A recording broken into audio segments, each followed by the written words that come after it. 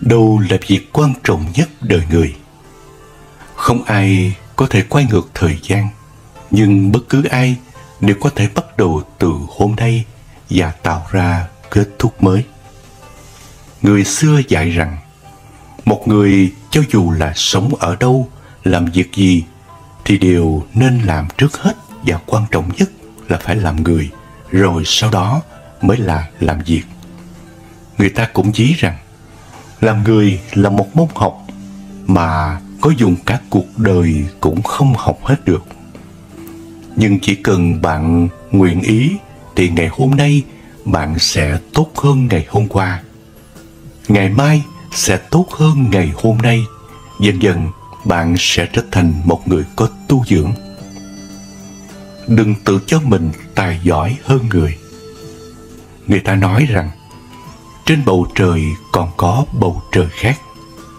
Người tài giỏi còn có người tài giỏi hơn. Tĩnh lặng thì mới được nhìn xa.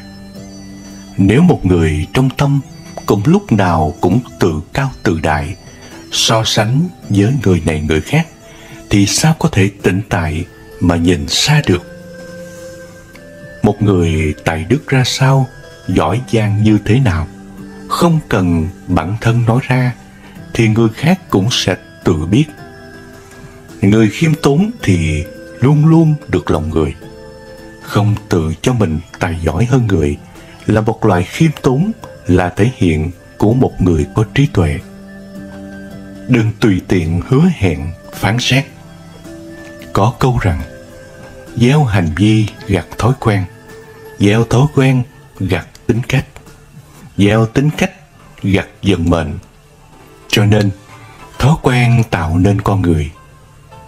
Một người mù quáng tùy tiện hứa hẹn nhiều thì sẽ dễ trở thành người giả dối, không đáng tin, thậm chí còn tạo thành khẩu nghiệp.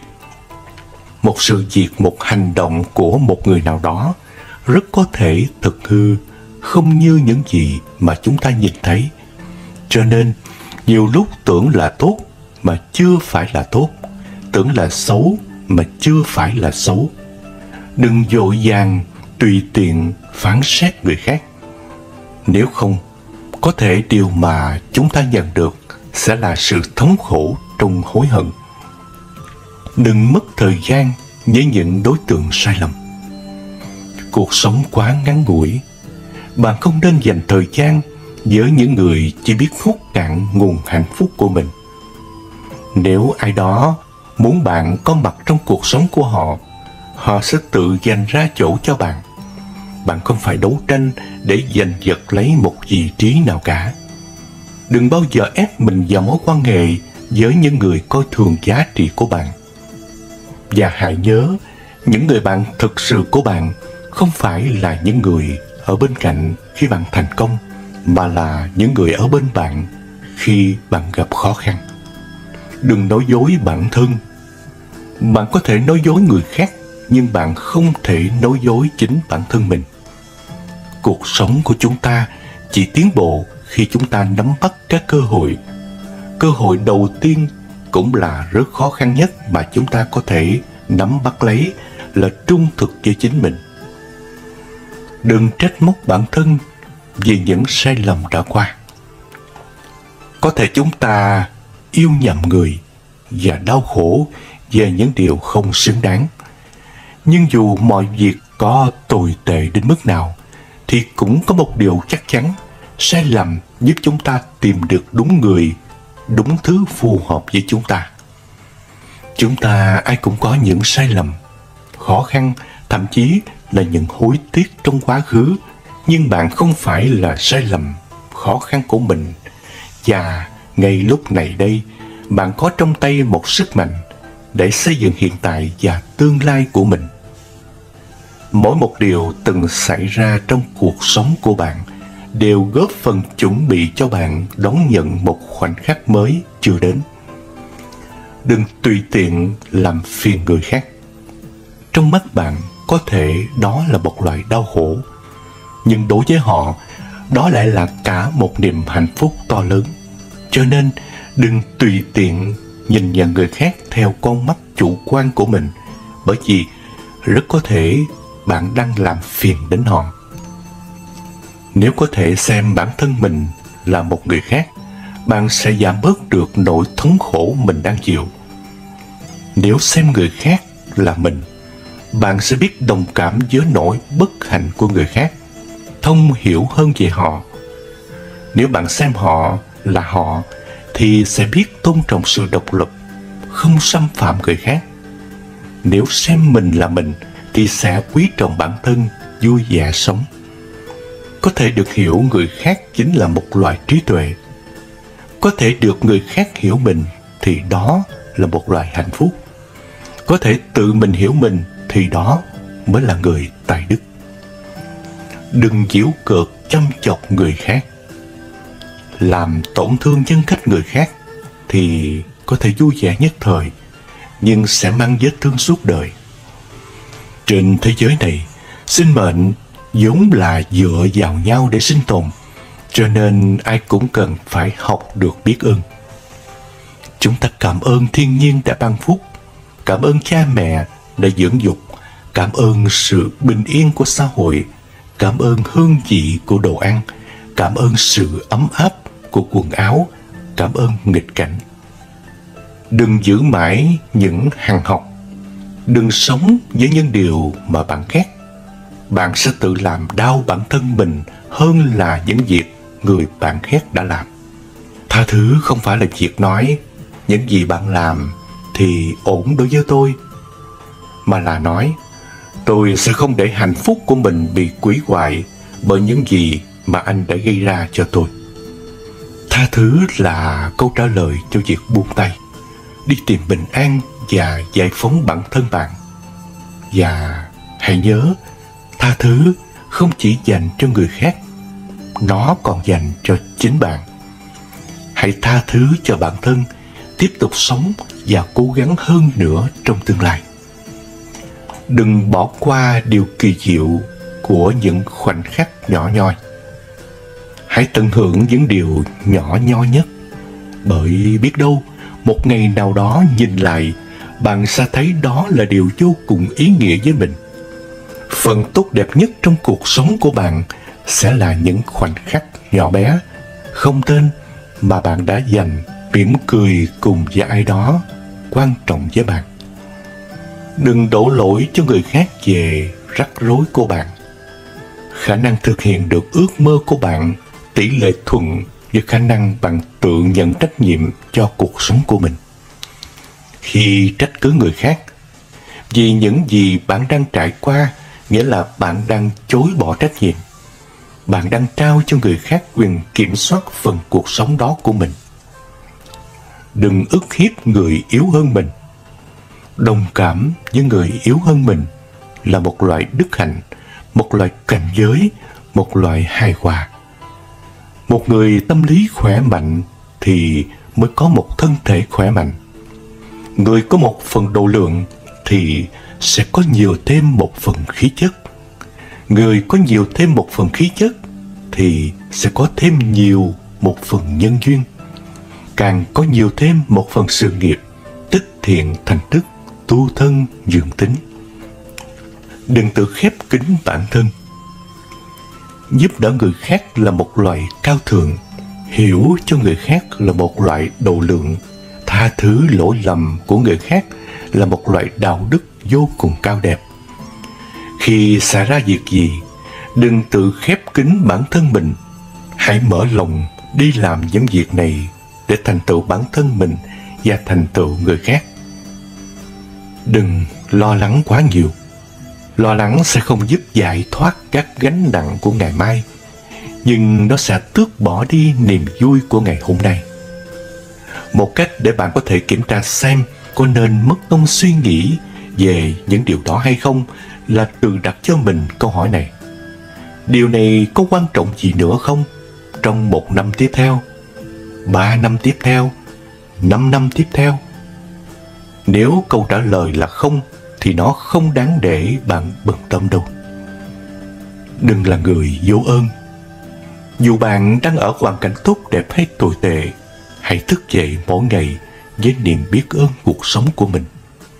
Ở nơi nào đó, người khác đang đấu tranh trong tuyệt vọng để giành giật lấy cuộc sống của họ. Thay vì nghĩ về những gì bạn không có, hãy nghĩ về những gì bạn đang có mà người khác không có. Kính chúc tất cả người con Phật luôn luôn học theo gương sáng của Đức Phật về lòng từ bi và luôn đi trên con đường chánh pháp, tinh tấn tu tập để sớm đạt được mọi sở nguyện. Nam mô Bổn Sư Thích Ca Mâu Ni Phật. Có cách nào thu gọn Phật pháp trong một câu nói không? Có một ông hành giả hỏi vị thiền sư, có cách nào thu gọn Phật pháp trong một câu nói không? Vị thiền sư mới lấy một cây que, vạch một đường dưới đất, rồi hỏi đường vạch này dài hay ngắn? Ông hành giả nói, thưa Ngài, nói không được, bởi vì muốn nói dài hay ngắn mình phải so với cái gì đó. Thiền sư nói, đó, Phật pháp là gom trong đó đó. Tại sao Phật pháp gom trong câu đó? Là vì mình có so sánh nên mình mới ghét cái này thích cái kia. Vì mình có thích ghét, mình mới làm các việc thiện ác. Quý vị có phân biệt được cái mịn với cái nhám không? Chính vì có phân biệt mịn, nhám nên mình mới thích cái mịn, không thích cái nhám, đúng không? Chứ nếu từ nhỏ đến lớn quý vị có xài một thứ thôi thì quý vị đâu có phân biệt. Tôi biết có nhiều người họ xài áo ấm polyester, nó khác. Đồ ấm bằng len nó khác. Bằng cashmere có khác. Bằng angora có khác. Mình có xài mình mới biết cashmere nó khác len. Rồi từ đó mình mới khoái cái cashmere. Tại sao mình có thích có ghét? Tại sao tôi ghét cái bà này? Một là bà đã làm những cái chuyện chống lại lợi ích của tôi. Cách hành động của bà không giống với cách hành động của những người thương tôi. Tôi phải có so sánh trong đó. Muốn tự học Phật nên bắt đầu từ đâu? Đời sống này nó là một sự so sánh. Tại sao thích ăn cay? Là vì cái cay nó ngon hơn cái không cay. Tại sao sợ cay? Là vì cái không cay nó ngon hơn cái cay. Tại sao có những món mình ăn phải nóng? Là vì ăn nóng nó ngon hơn không nóng. Có nhiều món mà mình phải ăn lạnh, nó ngon hơn không lạnh. Như trưa hè nóng nực, mình ăn chén chè đậu xanh ấm ấm, nó không ngon bằng chén chè đậu xanh mà có đá. Cho nên có nhiều lúc lạnh nó ngon hơn không lạnh. Có nhiều lúc nóng nó ngon hơn không nóng. Có nghĩa là ghét và thích nó đều đi ra từ so sánh. Từ có so sánh mới có thích ghét. Từ có thích ghét nên người ta mới có trốn ghét tìm thích. Và có nhiều con đường trốn ghét tìm thích. Con đường thứ nhất là thiện ác bất chấp. Con đường thứ hai là làm lành lãnh dữ. Để chi vậy? Để kiếm được cái thích và né được cái ghét. Như vậy toàn bộ Phật Pháp nằm trong đường vạch đó, đúng không?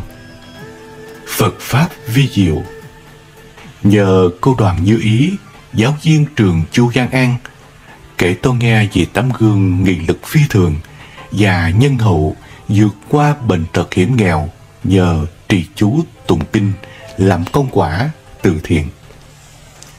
Tôi về trường trung học cơ sở Nguyễn Bỉnh Khiêm, gặp cô Liên Văn Thư, hỏi mới biết nhà cô La Thị Xuân Lộc ở tổ 1, phường Phú Hiệp, thành phố Huế. Trò chuyện với cô Lộc, cô nói Phật Pháp vi diệu. Năm nay cô Lộc 58 tuổi. Năm 51 tuổi, cô bị ung thư buồng trứng. 3 tháng sau quá trị 6 đợt, rồi di căn qua xương, xạ trị 25 tia. 3 năm sau, di căn qua vú phải cắt bỏ. Đến nay, vừa tái khám xong, mừng là được xác định không có di căn tái phát. oai lực phi thường của chú Đại Bi. Trong thời gian bị bệnh, chồng cô là ông Nguyễn Đông Đường, ngoài việc lo chạy chữa, hàng ngày từ 4 giờ sáng ông lại sám hối 108 lại, cầu nguyện cho cô hơn 1 năm trời. Phần cô Lộc tuy chưa am hiểu nhiều về Phật Pháp, nhưng nhờ các em gái là bác sĩ, người thì khuyên cô ăn chay, người khuyên cô trì chú Đại Bi, và nhờ sư cô Tuệ Phương gọi cô đến chùa Thuần Hóa cùng tụng kinh Thủy Sám. Từ đó cô cùng chồng phát tâm ăn chay trường. Cô nghĩ sự sống của mình chỉ đếm trên đầu ngón tay, nên phát tâm tu sửa chùa làng Thế Long để có nơi tu tập. Chùa làng Thế Long xây dựng cách đây đã 204 năm, bị hoang phế. Cô Lộc cùng cô Lại, bạn đồng tu, xin phép trưởng làng rồi vận động con cháu và bạn bè mua vật liệu tu sửa chùa. Từ đó mỗi ngày cô Lộc đều sang chùa tụng 2 thời kinh. Thời sáng từ 5 giờ 30 đến 7 giờ gồm niệm Phật, lại Phật nửa tiếng, đi kinh hành. Thời tối từ 19 giờ 30 phút đến 21 giờ gồm tụng kinh Vô Lượng Thọ, lại Phật 108 lạy. Sau đó có thêm cô Lại và nhiều người nghèo, người khuyết tật đến tu tập. Ban đầu các cô nấu cơm ở nhà đem đến chùa cho các bạn đồng tu thọ dụng. Sau này xây được nhà trai, các cô nấu ăn luôn tại chùa. Cô Lộc tâm sự: em tụng kinh, một mình em cũng tụng, 2 người em cũng tụng, đều đặn mỗi ngày như thế cho đến nay. Ngày rằm 4 tháng 10 năm 2017, tôi đến chùa Thế Long. Các bà, các chị và nhiều đạo hữu khuyết tật đang tụng kinh A Di Đà, thiết thực và phóng sinh. Đạo tràng chùa Thế Long hiện có hơn 40 đạo hữu cùng tu tập, tụng kinh niệm Phật mỗi tháng 3 ngày, mùng 1 rằm và ngày 28 âm lịch. Chú Đại Bi và tâm kinh tinh túy lòng từ bi và trí tuệ. Ngoài ra, các cô thường tổ chức trao quà cho học sinh nghèo vượt khó ở các trường trung học cơ sở trong phường, thăm và tặng quà cho bệnh nhân ung thư ở Bệnh viện Đại học Y Dược Huế. Trung thu vừa qua, đạo tràng Phật tử chùa Thế Long đã trao 52 suất quà cho các em khoa nhi Bệnh viện Đại học Y Dược Huế, thăm và trao 75 suất quà cho các em khoa nhi Bệnh viện Trung ương Huế. Với lòng thương mến chân thành, mọi người rất hoan hỷ và cảm động. Cô giáo La Thị Xuân Lộc đã từng đoạt giải nhất giảng dạy môn ngữ văn thành phố Huế niên khóa 1999-2000, chiến sĩ thi đua nhiều năm liền. Giờ đây, cô dũng mãnh vượt qua bệnh tật, nhờ phước đức tu tập, sửa chùa, làm nhiều việc thiện, hướng dẫn bà con nghèo, khuyết tật tu học theo Phật Pháp. Cô Lộc là tấm gương sáng cho nhiều người học hỏi noi gương. Một phụ nữ Phật tử Quế đã thoát chết nhờ Phật Pháp vi diệu. Truyện Phật giáo, ai thắng ai thua. Có một thiền sư lên núi chặt củi. Trên đường trở về, ông phát hiện cậu thiếu niên nọ đã bắt được một con bướm và đang cố gắng khom 2 bàn tay lại để giữ cho nó khỏi bay. Nhìn thấy người tu hành, cậu cất lời: thưa thiền sư, tôi và ngài đánh cược một ván được không? Thiền sư hỏi lại: cược thế nào? Ngài đoán xem con bướm trong tay cháu sống hay chết. Nếu ngài đoán sai, bó củi sẽ thuộc về tôi. Cậu thiếu niên trả lời. Vị thiền sư đồng ý và đoán: con bướm trong tay cháu chết rồi. Cậu thiếu niên cười lớn đáp: ngài đoán sai rồi. Nói đoạn cậu mở tay ra, con bướm từ trong tay bay lên. Thiền sư nói: được, gánh củi này thuộc về cháu. Nói xong, ông đặt gánh củi xuống vui vẻ bước đi. Cậu thiếu niên không biết vì sao thiền sư lại có thể vui vẻ đến như vậy. Nhưng nhìn gánh củi trước mặt, cậu ta cũng không để tâm lắm và vui vẻ gánh củi về. Nhìn thấy con về, người cha liền hỏi số củi đó ở đâu ra. Cậu mới đem chuyện kể lại cho cha nghe. Nghe hết câu chuyện của con trai, đột nhiên ông giơ tay tát con một cái, giọng giận dữ: Con à, con ơi là con hồ đồ quá rồi. Con nghĩ là mình đã thắng sao? Ngay cả khi con đã thua, con cũng không biết mình đã thua đấy. Lời cha khiến cậu con trai ngơ ngác, không hiểu gì. Người cha liền lệnh cho cậu ta gánh bó củi lên vai. Hai cha con mang củi đến gặp thiền sư. Người cha liền cất tiếng: Thưa thầy, con trai tôi đắc tội với thầy, xin thầy lượng thứ. Thiền sư gật đầu mỉm cười nhưng không nói gì. Trên đường trở về nhà, cậu thiếu niên sau một khoảng thời gian băn khoăn cuối cùng cũng đã nói ra những nghi vấn trong lòng. Người cha thở dài nói: Vì quả thường đó cố ý đoán con bướm chết, như thế con mới thả nó ra và thắng được gánh củi.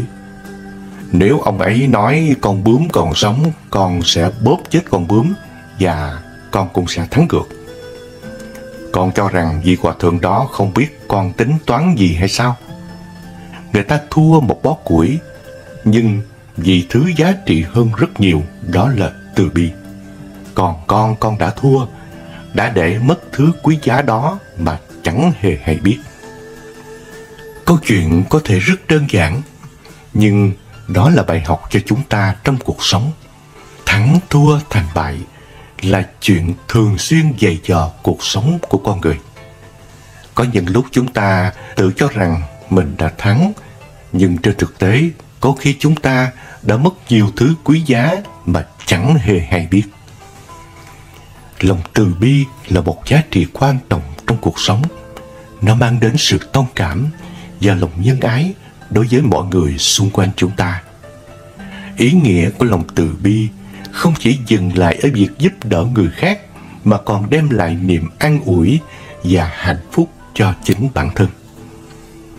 Khi chúng ta có lòng từ bi, chúng ta không chỉ tìm cách hiểu và chia sẻ khó khăn, mà còn nhìn thấy những niềm vui và thành công của người khác như niềm vui của chính mình. Lòng từ bi không phân biệt đối tượng, không kỳ thị tôn giáo, chủng tộc hay địa vị xã hội. Nó là nguồn động lực để ta giúp đỡ và chia sẻ yêu thương một cách vô điều kiện. Lòng từ bi không chỉ thể hiện qua những hành động lớn, mà còn được thể hiện qua những điều nhỏ nhặt hàng ngày. Một lời chia sẻ động viên, một nụ cười chân thành, hay một sự quan tâm tới những khó khăn của người khác đều có thể tạo nên sự thay đổi tích cực và lan tỏa yêu thương. Khi chúng ta sống với lòng từ bi, không chỉ người khác mà chính ta cũng trở nên hạnh phúc hơn. Lòng từ bi là nguồn năng lượng tích cực. Nó giúp chúng ta xóa bỏ tự ái và tự ti. Thay vào đó là một tâm trạng bình an và sự thỏa mãn với bản thân. Hãy nuôi dưỡng và trân trọng lòng từ bi trong trái tim mỗi ngày.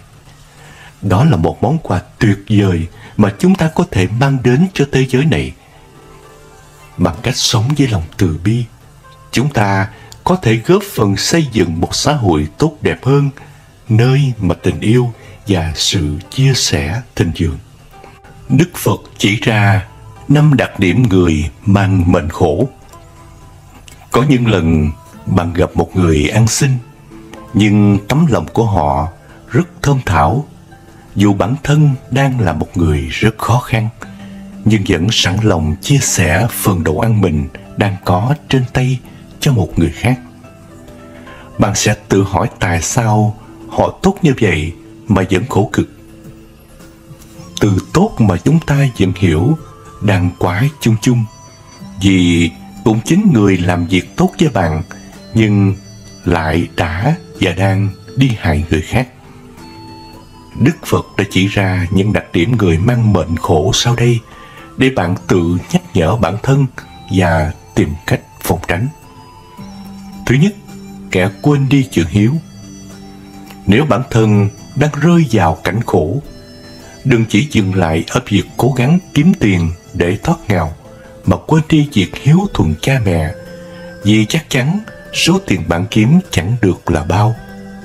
Nếu may mắn, cũng chỉ đủ trang trải cho cuộc sống tạm bợ hiện tại. Ngoài làm việc, hãy dành thời gian phụng dưỡng cha mẹ, vì chỉ có lòng hiếu thảo mới thực sự giúp bạn thay đổi cuộc sống theo chiều hướng tích cực hơn trong tương lai. Thực tế là trong cuộc sống bộn bề nhiều lo toan, thì có rất nhiều việc chúng ta phải làm, phải hoàn thành mỗi ngày. Nhưng đừng chỉ thế mà quên đi cha mẹ vẫn đang mong ngóng chờ tin bạn. Dù một cuộc điện thoại hỏi thăm ngắn thôi cũng đủ làm cho họ an lòng. Bạn nên biết đặt chế độ ưu tiên của mình ở đâu, và ưu tiên nhất vẫn luôn nên là bố mẹ mình bạn nhé. Theo lời Phật dạy về báo hiếu cha mẹ, thì cha mẹ là phúc điền, nơi nuôi dưỡng phúc đức lớn nhất trên thế gian này. Thời Phật còn tại thế, có một vị chư thiên đến hỏi: Bạch Đức Thế Tôn, làm sao để có được vận may? Phật đáp: phụng dưỡng cha và mẹ là vận may tối thượng. Người sinh ra và nuôi dưỡng bạn, nên người có công lao vô cùng lớn lao. Vì thế, khi bạn làm họ vui, hạnh phúc, thì phúc đức của bạn càng tăng trưởng nhanh chóng. Vì thế, thay vì cố gắng tìm vận may ở nơi nào xa xôi, thì hãy hiếu kính cha mẹ. Khi làm được việc tốt ấy, bản thân sẽ cảm thấy an lòng, tĩnh tâm, trở nên sáng suốt hơn. Công việc nhờ thế mà êm xuôi, sự nghiệp cứ thế mà tinh tiến. Thứ hai, kẻ hay oán hận.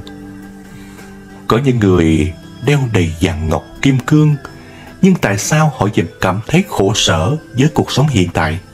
Họ chưa bao giờ có được giấc ngủ ngon, đêm nào cũng trằn trọc khó yên.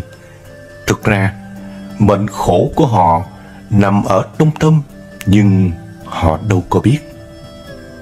Lời Phật dạy về hận thù đã cho chúng ta biết rằng sự oán hận chỉ khiến ta mãi chìm đắm trong nỗi đau khổ không bao giờ chấm dứt được. Khi không buông bỏ được nó thì tâm oán thù đó vẫn cứ đeo đẳng ta từ kiếp này tới kiếp khác. Lòng oán hận cứ như thuốc độc đang âm thầm giết dần giết mòn tâm trí họ và làm tổn hại âm đức. Đức Phật đã căn dặn rằng một lần oán hận có thể hủy hết cả công đức mà bạn tích góp trong nhiều kiếp. Thực tế, đã có người anh vì tức giận việc người em mượn mình số tiền lớn mà không chịu trả, khó chịu vì em vẫn ung dung hưởng thụ cuộc sống sung sướng. Nuôi hận đã lâu, người anh chờ cơ hội ra tay giết hại gần hết gia đình người em. Thế mới thấy rằng oán giận là nguồn gốc của tất cả tội ác. Do đó, đừng xem nhẹ sự oán hận dù nhỏ bé thế nào đang bắt đầu dấy lên trong lòng mình. Nó chính là cội nguồn của cuộc sống khổ cực, khó khăn của bạn trong tương lai. Nếu bản thân nhận ra mình đã mang mệnh khổ chỉ vì lòng hận thù, thì hãy quay trở về cội nguồn, gốc rễ vấn đề. Đôi khi đó không chỉ là tiền bạc, mà còn là ở tâm tính.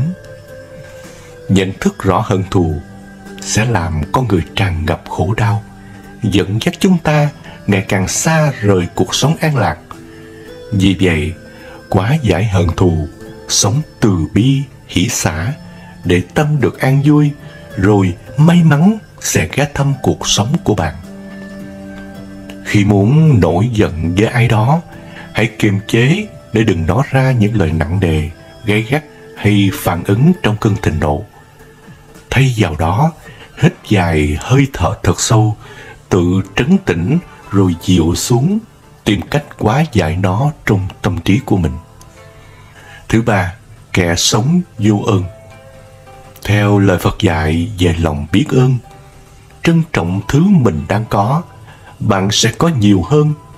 Điều này có nghĩa là khi bạn làm điều ngược lại thì cuộc sống của bạn sẽ thiếu thốn khổ sở. Thực tế là những người mang bệnh khổ hay phàn nàn mọi thứ, đổ lỗi và chỉ trích, như thể bản thân là người tốt, chỉ có mọi người sống lỗi với họ vậy. Họ tỏ ra mẫu mực, còn người khác sai trái, rằng ông trời bất công không ghi nhận nỗ lực của họ. Họ quên đi rằng cuộc sống hiện tại của họ đã may mắn hơn so với vô số những người ngoài kia. Bản thân vẫn có cơm để ăn, quần áo để mặc, đã là quá may mắn rồi. Thế nhưng họ lại không nhận ra điều đó. Dường như họ không hề biết tới khái niệm lòng biết ơn để hiểu ra rằng họ đang hưởng rất nhiều ân huệ của rất nhiều người xung quanh mình. Đức Phật đã dạy về lòng biết ơn rằng có hai hạng người này các tỳ kheo, khó tìm được ở đời. Thế nào là hay? Người thi ơn trước và người biết nhớ ơn đã làm. Hai hạng người này các tỳ kheo, khó tìm được ở đời. Thiền sư Thích Nhất Hạnh cũng dạy rằng còn biết ơn là còn hạnh phúc. Vì thế hãy luôn học cách tỉnh thức biết ơn mọi thứ mình đang có, thay vì than phiền trách móc vì những thứ mình chưa có. Có thể bạn thắc mắc, kẻ sống vô ơn là đặc điểm người mang bệnh khổ. Thế nhưng bạn vẫn thấy rất nhiều người như thế vẫn có được cuộc sống sung sướng đấy thôi. Thực tế những gì mà họ có rất tạm bợ. Nay mai họ sẽ rơi vào cảnh cơ hàn vì chính tính xấu này của mình. Hiện tại họ như thế, nhưng không ai đảm bảo tương lai của họ sẽ tiếp tục an vui, hạnh phúc. Thứ tư, kẻ sát sinh. Sát sinh với bất cứ lý do gì thì đều không tốt. Giết hại loài vật khác luôn là điều không nên, vì ai cũng ham sống sợ chết. Khi một người sát sinh, họ đã gieo rắc khổ đau cho người khác. Theo nhân quả thì chính kẻ đó cũng không thể có được một cuộc đời sung sướng an vui. Hay sát sinh thì ắt mệnh khổ đã là điều mà Đức Phật đã nhắc nhở chúng sinh từ bao lâu nay. Vì theo Phật giáo, trong tất cả các tội nghiệp thì sát sinh là tội nặng nhất. Thế gian này là một chuỗi dài nhân duyên tương tàn, tương sát lẫn nhau. Nên với lòng từ bi vô hạn, Phật không cho người xuất gia giết hại dù chỉ trong tâm tưởng. Người tại gia thì hạn chế tối đa việc giết hại các loài vật cho đến khi nào giữ được trọn vẹn mới thôi. Thế nhưng sự thật là trong cuộc sống thường nhật, rất nhiều người không để ý việc này.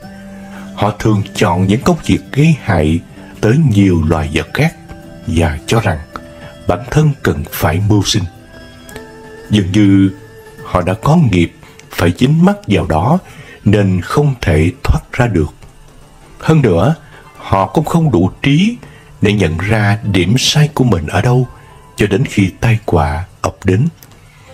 Vì thế, để đảm bảo tương lai không rơi vào hoàn cảnh khổ cực, thì ngay từ bây giờ, bạn cũng cần chọn lựa nghề nghiệp chân chánh để không làm tổn hại cho người và cho vật. Thứ năm, kẻ hay đơm đặt chuyện thị phi. Một trong những đặc điểm người mang mệnh khổ mà ít ai ngờ tới, đó là kẻ thích nói chuyện thị phi. Họ thích tìm vui qua những câu chuyện mà bản thân thiêu dệt, giết thời gian quý giá của mình bằng những buổi chuyện trò vô bổ. họ vô tình làm khổ người khác, thậm chí đẩy người ta tới đường cùng chỉ bằng câu chuyện thiếu cơ sở của mình, mà cứ tưởng bản thân là người trượng nghĩa, đứng về lẽ phải. Nhân quả rất công bằng. Họ gieo đau khổ cho ai, họ sẽ nhận về tương ứng. Vì thế, bản thân những người này đang tự bước vào cõi khổ mà không hay. Hơn nữa, thời gian là vàng bạc. Trong khi họ mãi buôn chuyện, thì những người chăm chỉ kiếm tiền ngoài kia đang thay đổi cuộc sống mỗi ngày. Vì thế, đừng trách vì sao lại rơi vào cảnh khổ, nguyên nhân do chính họ mà thôi.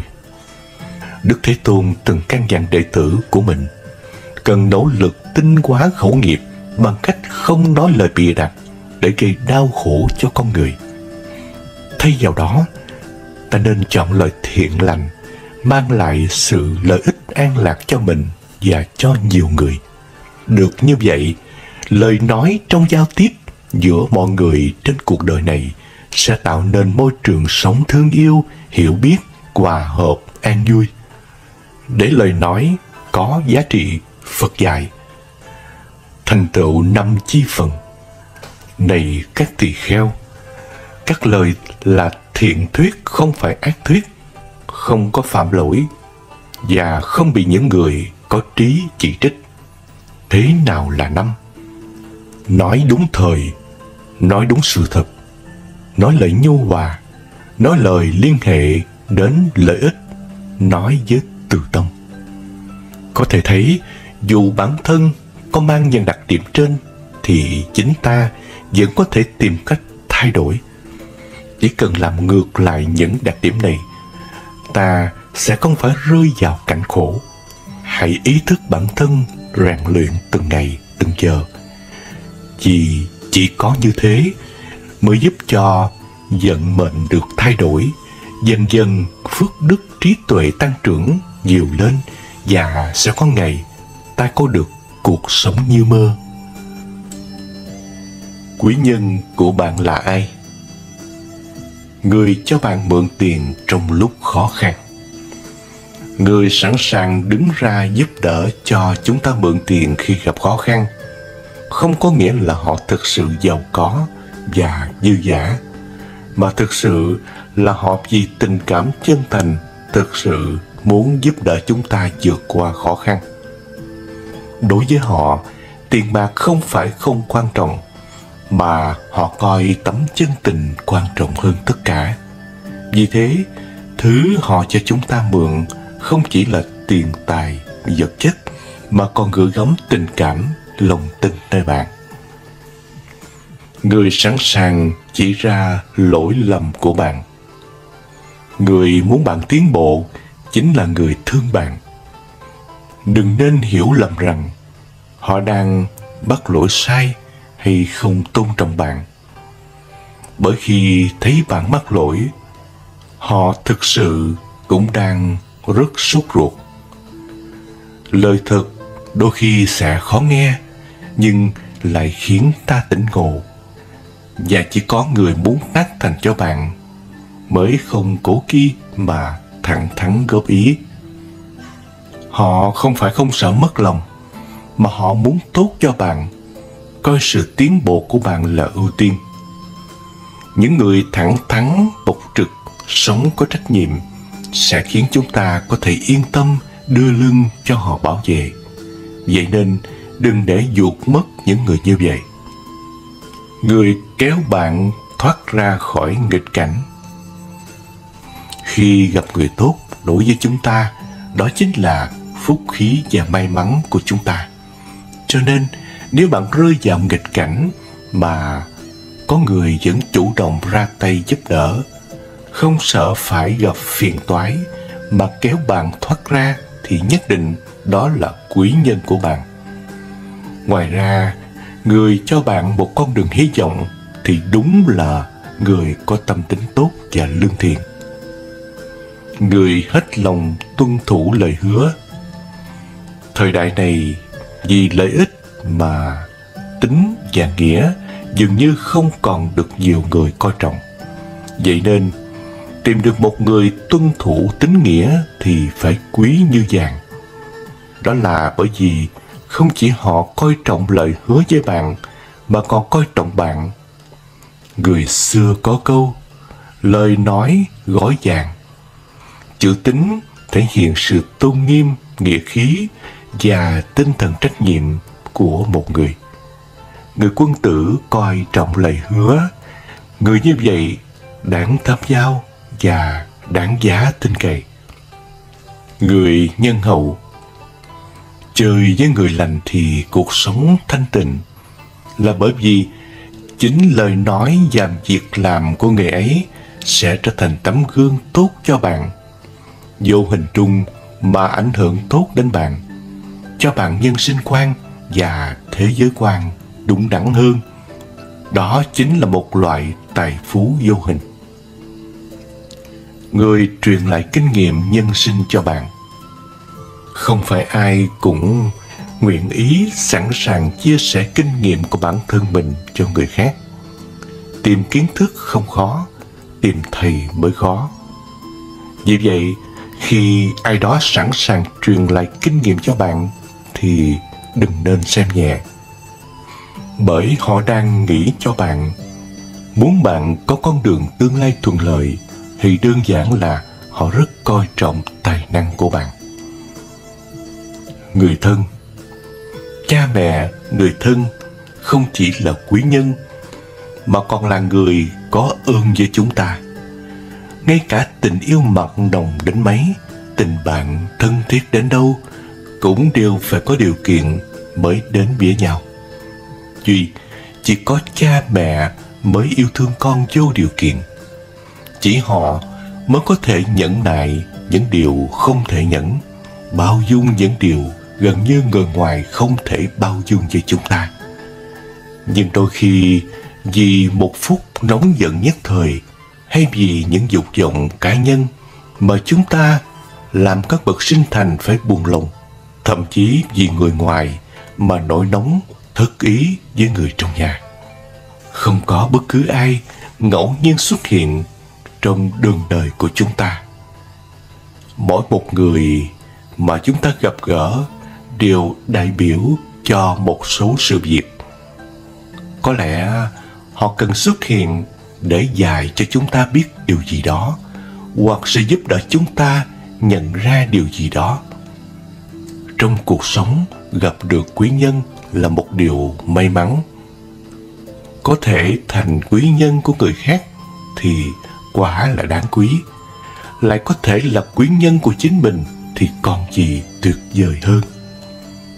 Ai là quý nhân? Thích Ca Mâu Ni từng nói, bất kể có gặp được ai, họ cũng đều là người nên xuất hiện trong cuộc đời của bạn. Tuyệt đối không phải ngẫu nhiên, họ nhất định sẽ dạy cho bạn một điều gì đó. Những người có duyên với bạn sẽ đến bên bạn một cách vô thức. Những người không có duyên với bạn, dù bạn có cố gắng đến đâu, cũng sẽ không thể gặp được họ. Một thiền sư đã nói rằng, những người bạn gặp đều do số phận sắp đặt. Định mệnh đưa họ đến với chúng ta. Mục đích là gì? Đó là để cuộc sống của chúng ta đi đúng hướng. Ít nhất tất cả chúng ta cùng có lợi. Những đối thủ có khả năng tương tự như bạn là quý nhân. Khi chúng ta chơi cờ vua, điều chúng ta hy vọng nhất là gặp được một đối thủ có kỹ năng chơi cờ tương tự. Tranh đấu với những tên bất tài vô nghĩa, ngay cả khi chúng ta chiến thắng, nó sẽ không tạo ra bất kỳ tiến bộ lớn nào và không kích thích tiềm năng của chúng ta. Cuộc sống giống như một bàn cờ, và tất cả chúng ta đều là những người chơi thao túng bàn cờ. Bạn có thể đi được bước nào không chỉ phụ thuộc vào thực lực của bản thân, mà còn phụ thuộc vào thực lực của đối thủ. Người khiến bạn khốn khổ và thay đổi hướng đi của vận mệnh chính là quý nhân. Anh Quang và anh Lý làm việc trong một doanh nghiệp có tiếng. Tuy nhiên, vì anh Lý có người chống lưng nên chèn ép anh Quang khắp nơi, thậm chí chặn sự thăng tiến của anh Quang, đẩy anh đến bước đường cùng. Đối mặt với tình hình như vậy, anh Quang không còn cách nào khác là kiên quyết từ chức và chọn làm việc ở các công ty khác. Hôm nay, 10 năm sau, anh Quang đã trở thành một chủ doanh nghiệp lớn, còn anh Lý vẫn chỉ dậm chân tại chỗ với chức nhân viên quen. Theo bạn, việc anh Quang chuyển sang công ty khác là điều tốt hay là điều xấu? Có thể nói, tất cả những điều xấu sẽ biến thành điều tốt trong một ngày không xa. Mọi thứ khiến bạn khốn khổ đều khiến bạn trưởng thành nhanh hơn. Người níu kéo bạn khi bạn rối ren chính là quý nhân. Như có câu, ở hiền gặp lành, ở lạnh mới biết cây tùng. Khi thời tiết cực lạnh, chúng ta mới biết được sự quý giá của cây tùng cây bách. Chỉ sau khi trải qua bao gian khổ, nhìn thấu lòng người, thì chúng ta mới hiểu được giá trị của tình yêu đích thực. Những người thấy rằng bạn có tiền và quyền lực, muốn tân bốc bạn hoặc thậm chí làm hài lòng bạn, bất kể họ nói những điều tốt đẹp gì hoặc cảm xúc của họ mãnh liệt như thế nào, đều không đáng tin. Một người càng đạo đức giả bao nhiêu, thì khi bạn giành được quyền lực, họ sẽ càng gần gũi bấy nhiêu.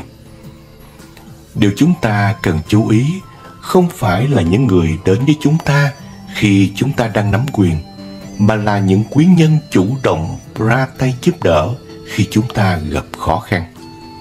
Cảm xúc chân thực luôn sẽ được bộc lộ khi con người ta ở điểm thấp.